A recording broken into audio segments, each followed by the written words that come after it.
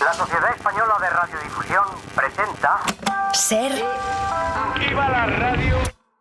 Podcast. Siempre.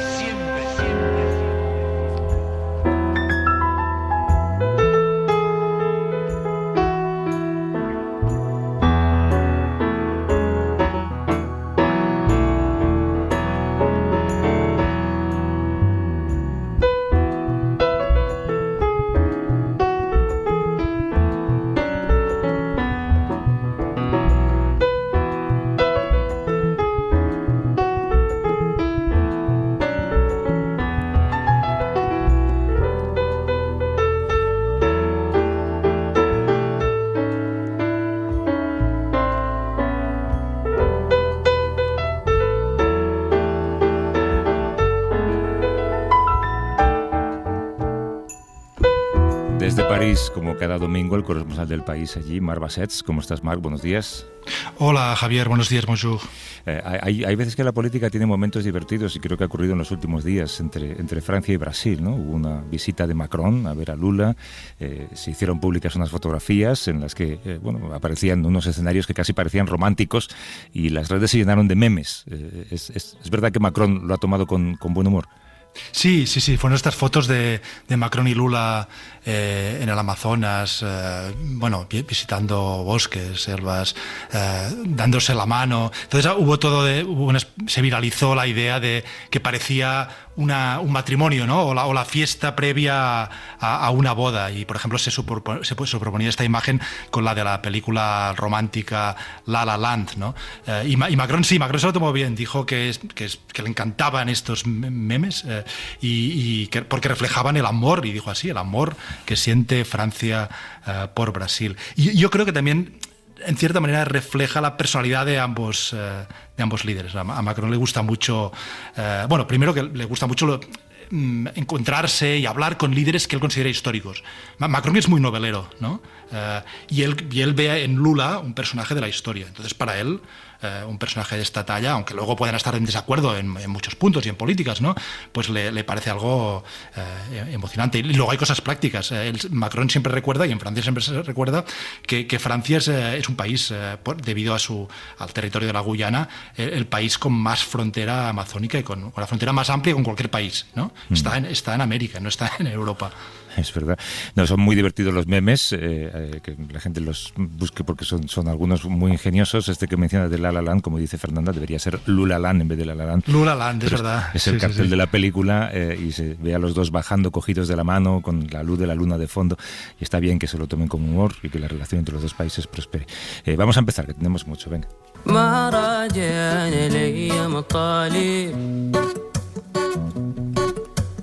ما راجعنا لي مطالب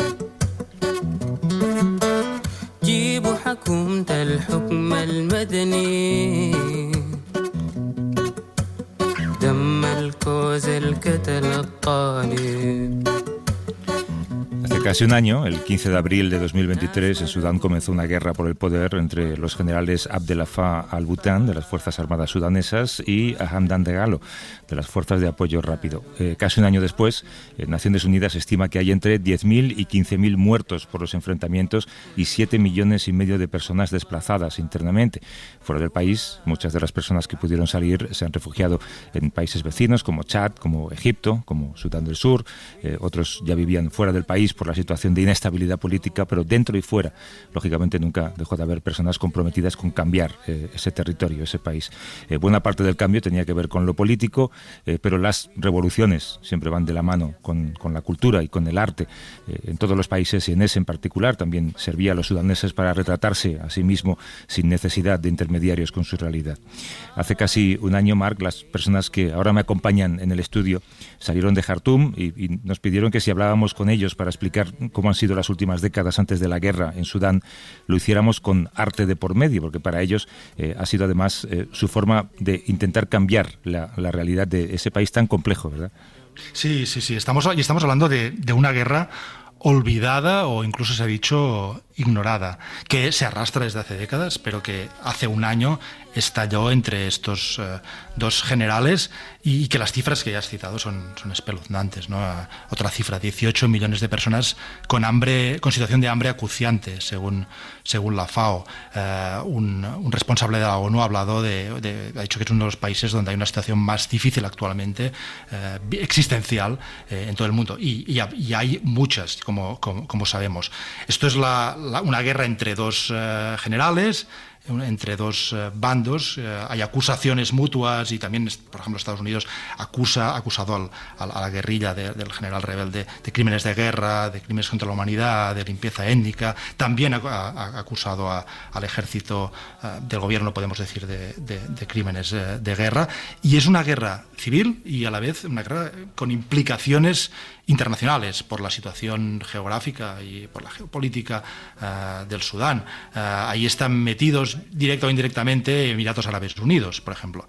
Y luego está, como decías, el arte, ¿no? Que el arte es la ventana, entre otras cosas, pero es una ventana para entender las vidas y entender el país y también entender un momento histórico y entender aquello que trasciende estas fronteras de un país.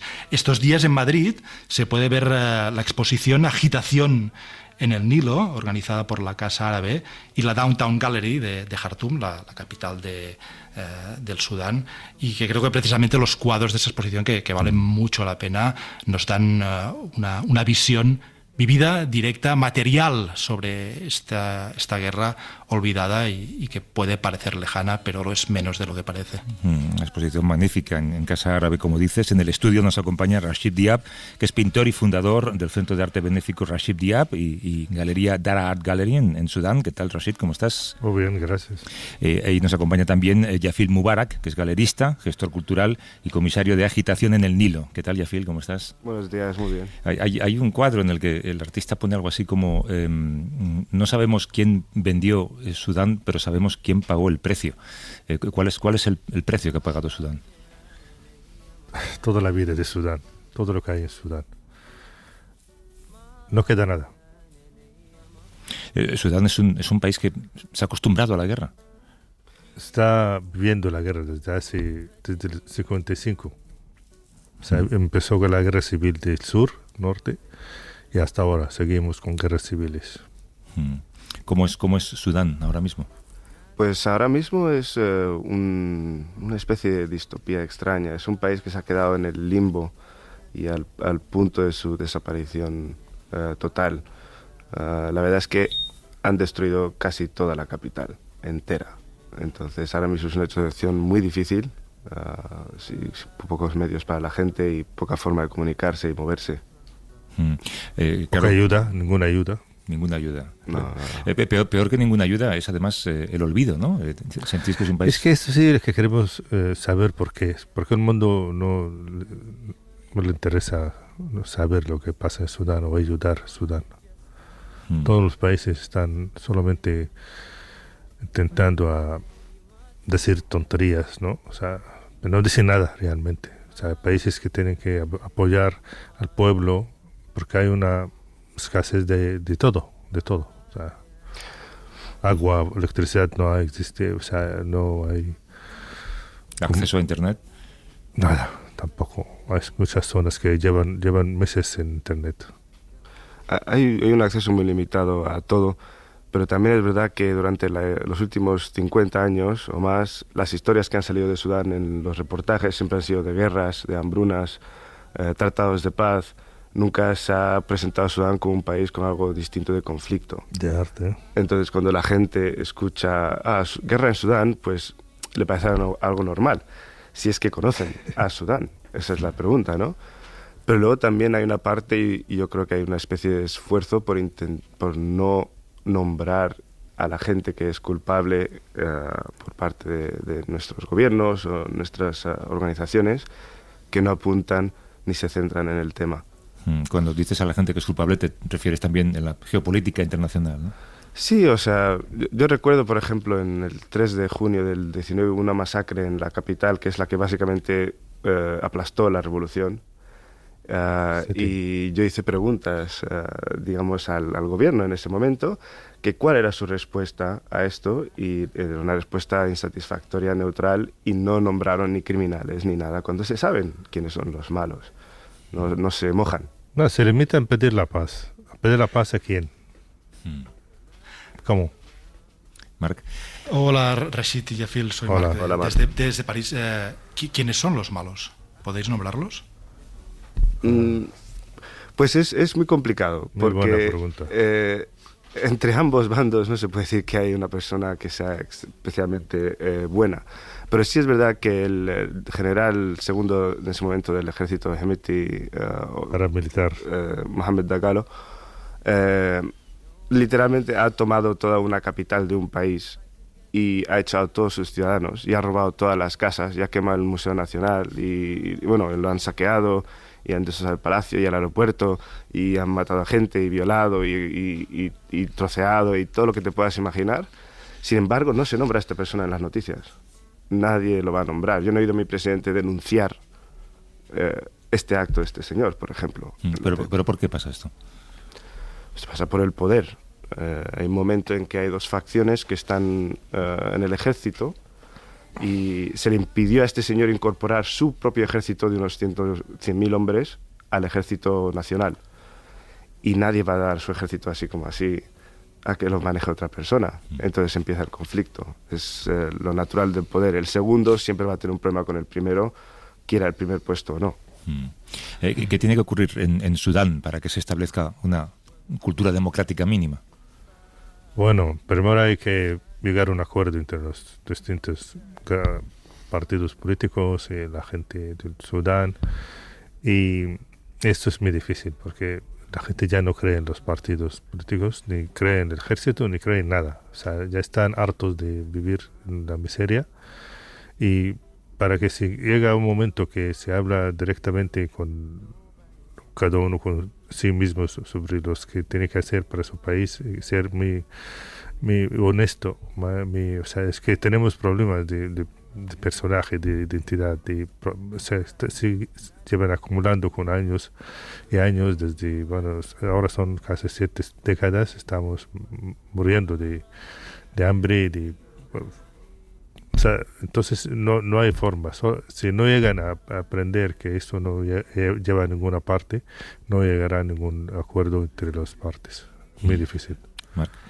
Rashid y Yafil, ¿podríais explicarnos cómo salisteis? ¿Cómo fue esta salida de Sudán y cuándo? Corriendo. ¿Eso fue hace un año? Una parte de humor en tu respuesta, pero es muy triste. No. Sí, hace un año pues estamos en casa y de repente empezó a haber tiroteos y a entrar aviones y helicópteros en la ciudad y drones y bombardeos y paramilitares por toda la calle. Había que salir cuanto antes y a través de la Embajada de España hicieron un esfuerzo por intentar recoger a los... Damos las gracias al embajador Isidro. Sí, el embajador Isidro González, que todavía sigue como embajador en el Cairo ahora. Coleccionaron a los españoles para sacarnos en un avión y tuvimos que emigrar por todo la ciudad, que era un campo de batalla abierto. O sea, al principio la embajada dijo, vamos a ir a intentar recoger a los más rezagados, pero a la media hora me llaman y me dicen que no hay forma de salir. O sea, que tienes que ir tú por tu cuenta. Que tienes que ir tú. Y es como un videojuego de guerra. Como la peli total, ¿no? Y luego llegando a la embajada también estamos sin ayuda. O sea, el embajador tuvo que trabajar en coordinación con tanto el ejército como los rebeldes, ¿no? Para llegar hasta el aeropuerto segundo, digamos, porque no vino nadie por nosotros. El aeropuerto militar, sí. Claro, el aeropuerto militar en el norte. 40 kilómetros de la capital. Y me imagino que son 40 kilómetros de pensar no vamos a llegar, ¿no? Claro. 40 kilómetros de ver cómo habían tomado toda la ciudad. Y los rebeldes. Cuando el avión despega, ¿qué sensación nos queda? Tristeza, yo sentí mal. Sentí triste, bueno, salvando la vida, pero siento que otra parte se muere. Familia, amigos, ¿no? de dejar tu país de repente así, sin ninguna explicación, sin ningún sentido. O sea, además tenemos toda la vida ya hecha ahí. Y no hemos llamado nada con nosotros.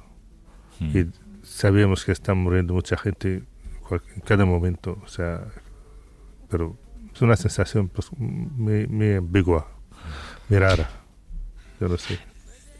Y en aquel momento también salieron las obras de arte que se exponen en estos días en Madrid. No, estos salieron 2 días antes. O sea, eso era un milagro, porque eso salieron el jueves, ¿no? Sí, salieron el jueves y porque le dijeron al chico que tenía que llevarlas a DHL que se espabilase, porque no queremos mandarlas el domingo. Así que por suerte... Pero ¿cómo funciona esto? Son las últimas obras que salieron del país. Sí. La única cosa que ha salido, desde luego. Se empaquetaron, se metieron en un avión. Sí, se empaquetaron enrolladas para llevarse a Portugal, que era la primera edición de la exposición. Y salieron, pues eso, justo... Es la última colección de arte contemporáneo sudanés que salió del país, que muestra este auge artístico que estábamos teniendo dada la revolución. Es una cosa única, o sea, esto no se repite así tal cual. Y es una exposición maravillosa y he leído en algún lugar, y es curioso, en uno de los cuadros tienes que fijarte, pero se ve un tanque y no se habías dado cuenta de que había un tanque, ¿no?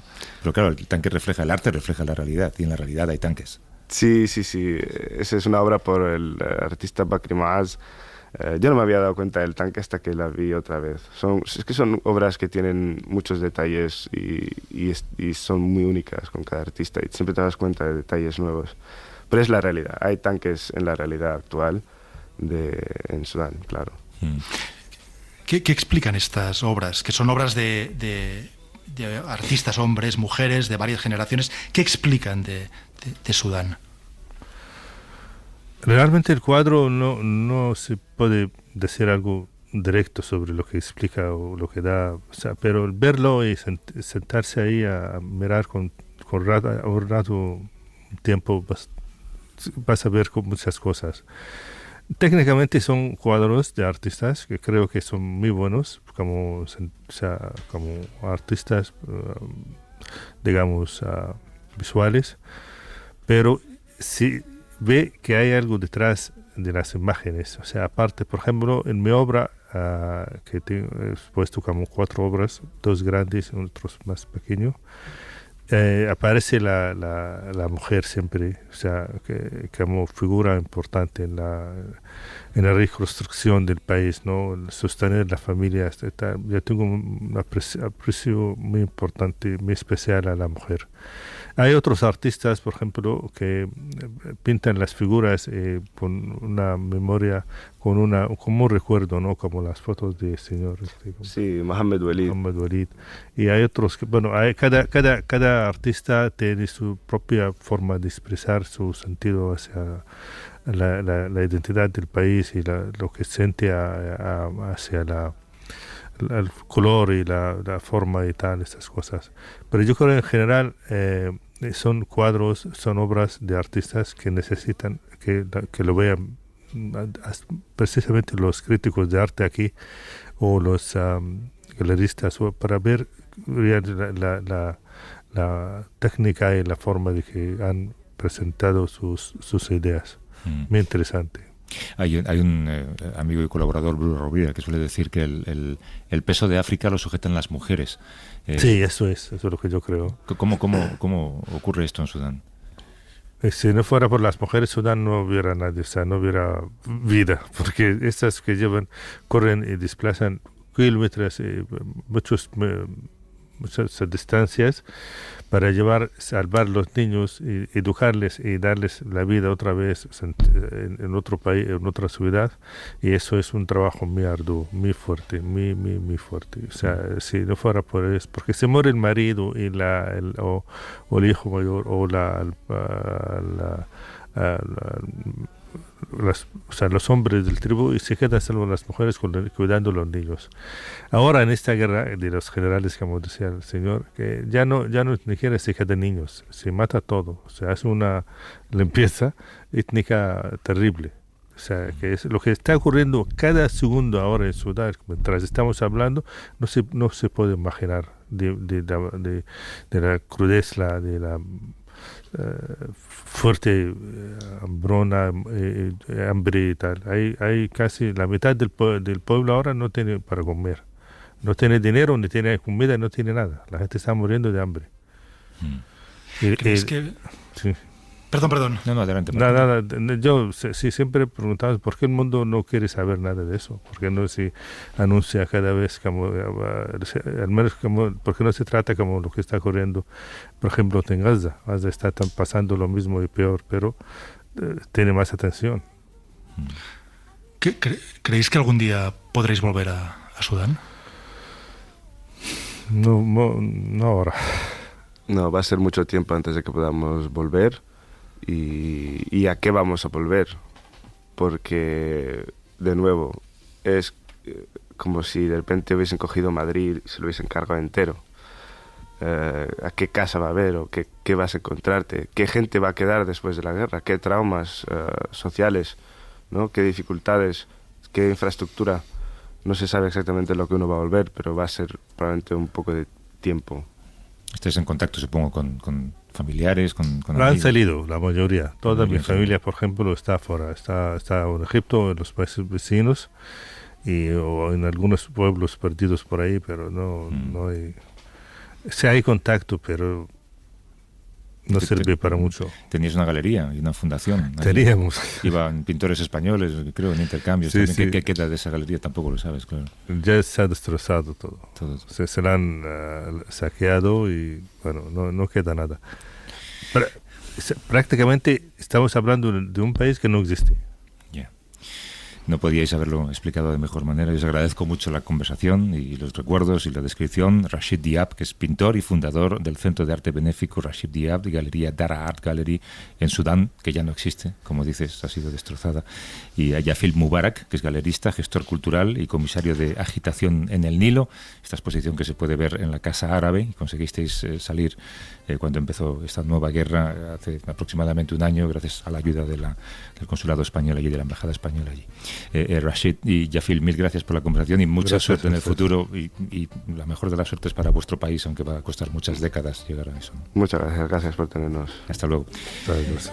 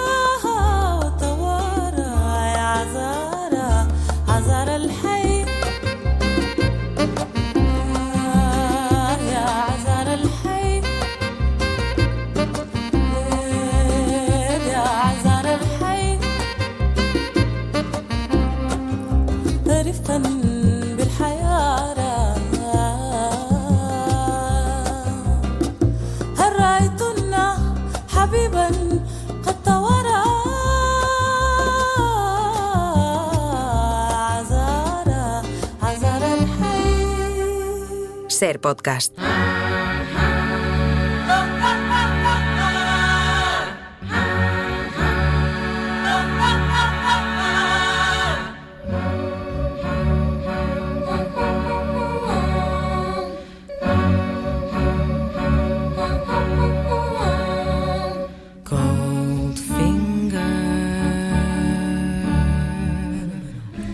He's the man with the Midas touch, a spider's touch, such a cold finger beckons you to of sin, but don't go in. Golden words he will pour in your ear. ¿Sigues por ahí, Marc?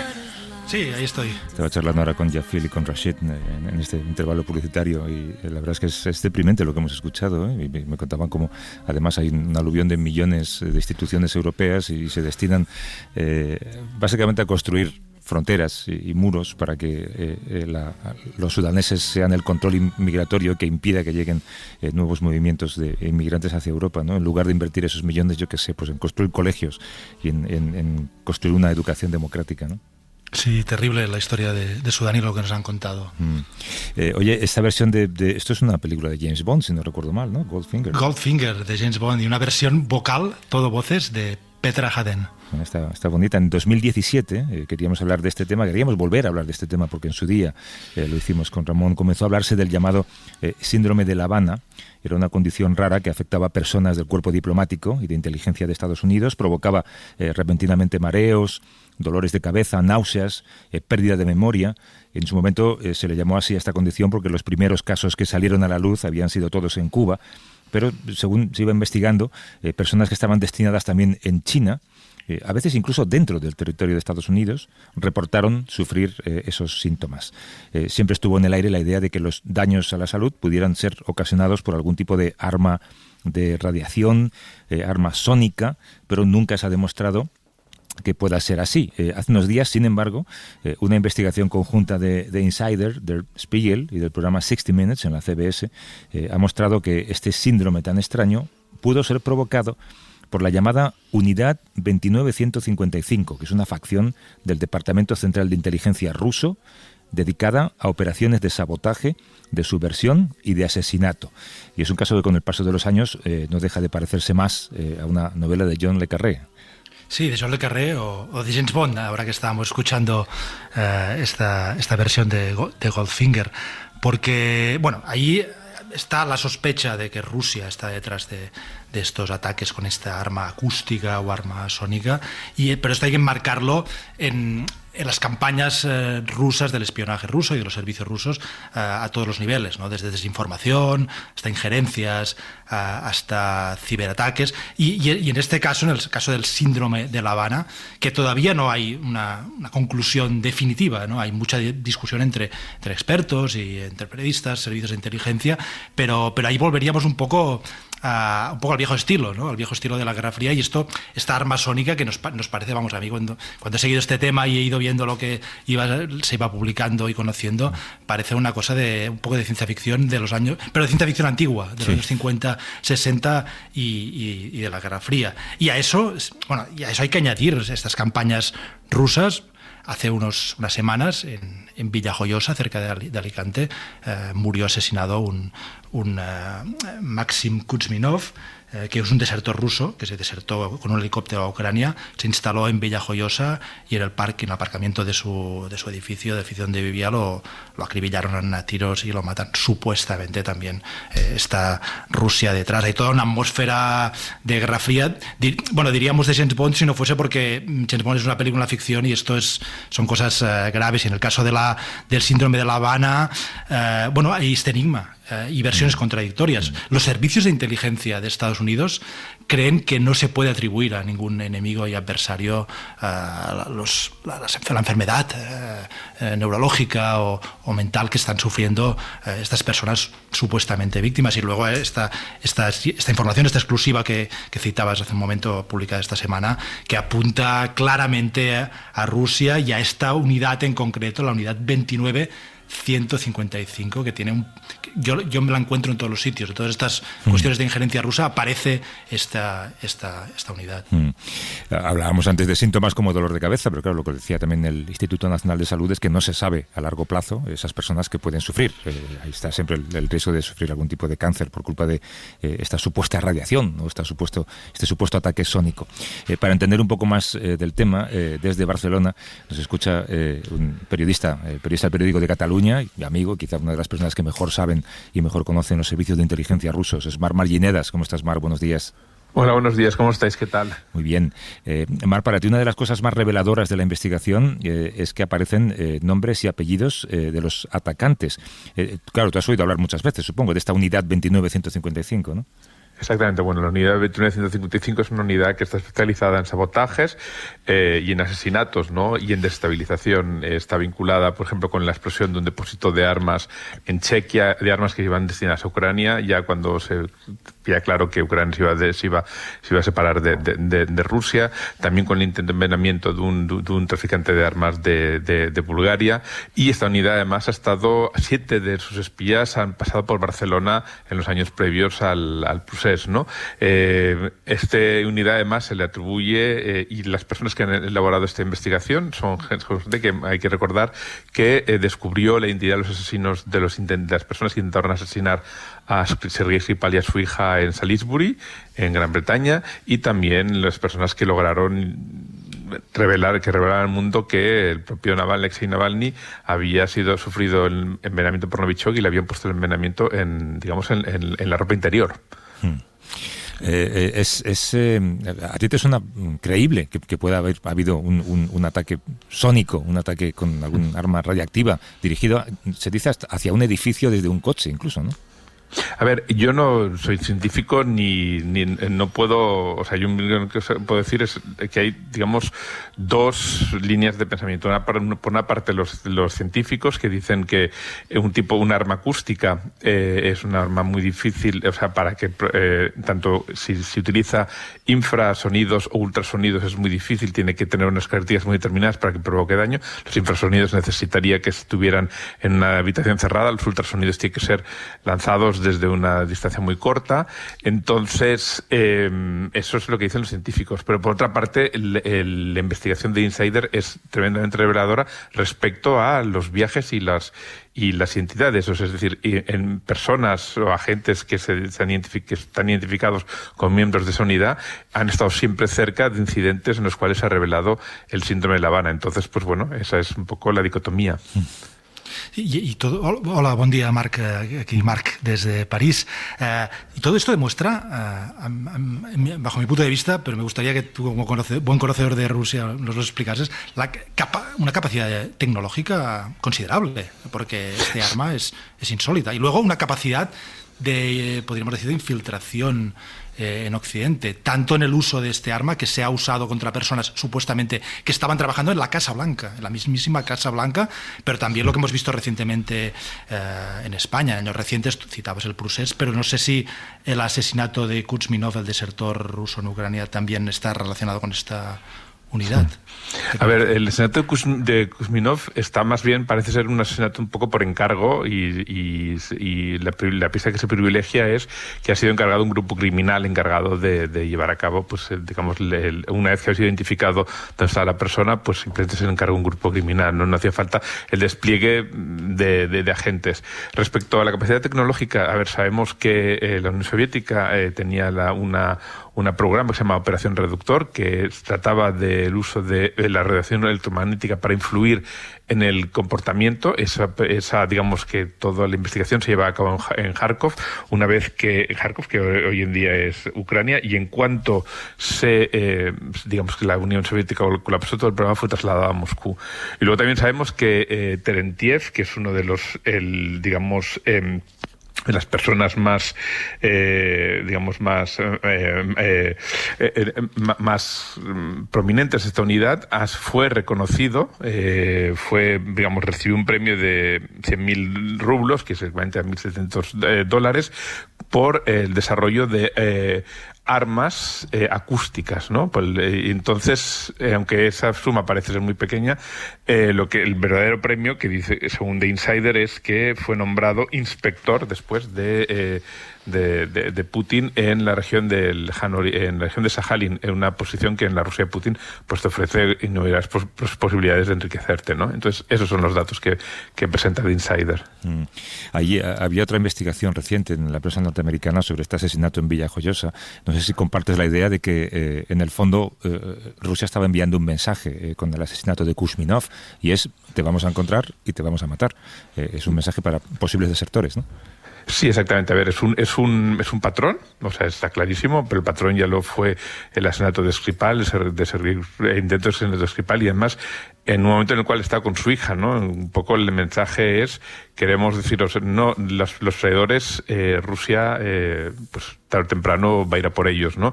Además algo muy importante porque hay que tener en cuenta que Rusia no es un país que pueda tener, atraer el talento, ¿no? Entonces, digamos que prefiere mantener la lealtad, no por dinero, sino porque tampoco es una gran potencia económica, sino que sobre todo a través del miedo, ¿no? Entonces es importante. De todas maneras, los ataques a personal diplomático también es algo que es consistente con el comportamiento de la Unión Soviética durante la Guerra Fría, ¿no? Precisamente, el periódico va a publicar un artículo, un reportaje que he escrito. Entonces yo he hablado con John Schiffer, que fue un agente clandestino de la CIA en Moscú en la época de Yeltsin, y él me contó que que primero, que por una parte que utilizaban ondas electromagnéticas para vigilarlos, y también el etiquetado químico y él mismo sufrió en su día, pues eso, ser etiquetado químico con una sustancia radioactiva que más potencialmente peligrosa para la salud. ¿Qué es el etiquetado químico? No sé lo que es. Es simplemente pues para poder identificarte como agente, pues te pone. Él me explicó que sufrió, que estuvo en contacto con un agente del KGB y le hicieron eso, etiquetado químico. También un compañero suyo me contaba, también en un podcast que tienen ellos en Washington, que él trabajó sobre todo en la antigua Alemania Oriental, pues que les hacían sentarse en un sillón determinado, porque ese sillón tenía un cojín que tenía unas sustancias químicas que le podían identificar, ¿no? Que podían identificar el propio individuo. Hay muchos restos de la antigua KGB en todo lo que estás contando, ¿no? A ver, yo creo que la KGB nunca en la Unión Soviética colapsó, pero la KGB nunca se reformó. Estamos hablando de cientos de miles, probablemente cientos de miles de personas. Según una estimación, son 300.000 personas trabajando indirectamente en las organizaciones agencias de inteligencia en la actualidad de Rusia. Simplemente mutó, ¿no? No hubo ningún intento. Boris Yeltsin nombró una persona al frente después del golpe de Estado en el que está con Gorbachev, pero nunca consiguió, reformarla. La KGB se dedicó durante el tiempo de la época de Yeltsin, según el libro de Catherine Belton, se dedicó pues a evadir dinero y a ponerlo en recaudo para el futuro, operaciones de injerencia, y todo ese dinero pues es lo que estamos viendo ahora a la hora de comprar partidos, a la hora de comprar periodistas, a la hora de comprar agentes de influencia, todo esto. Entonces, es decir, la KGB nunca, estamos hablando de un ejército, de un ejército enorme, es decir, en España, ¿cuánta gente puede trabajar para las de inteligencia? Pues unos pocos miles, ¿no? Aquí estamos hablando de muchas veces más, ¿no? Es un auténtico ejército que no ha cambiado, que nunca cambió, nunca se modificó, y siguió pensando que verdaderamente Occidente era el enemigo a batir, ¿no? Ahora, evidentemente, la Unión Soviética no existe ese componente ideológico, sino que existe una Rusia que es además incluso capaz de apelar no solo a la izquierda, como apelaba la Unión Soviética, sino es capaz de apelar a la extrema derecha en Estados Unidos, a la extrema derecha en Francia, a la extrema derecha en Alemania, o a la extrema izquierda en España o en otros países, ¿no? Bueno, pues lo has explicado maravillosamente. Marc Marginedas, durante mucho tiempo corresponsal en Moscú, periodista del periódico de Cataluña. ¿Cuándo sale esta pieza que dices? Sale hoy mismo. Fantástico. Gracias, Marc. Un abrazo fuerte. Cuídate. Un abrazo a vosotros. Un abrazo.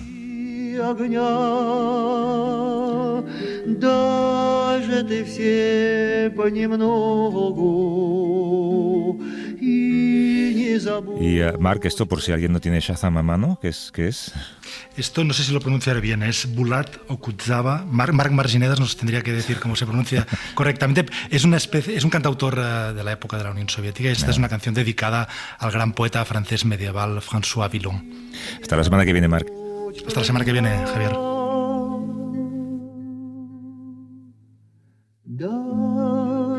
Ты всем понемногу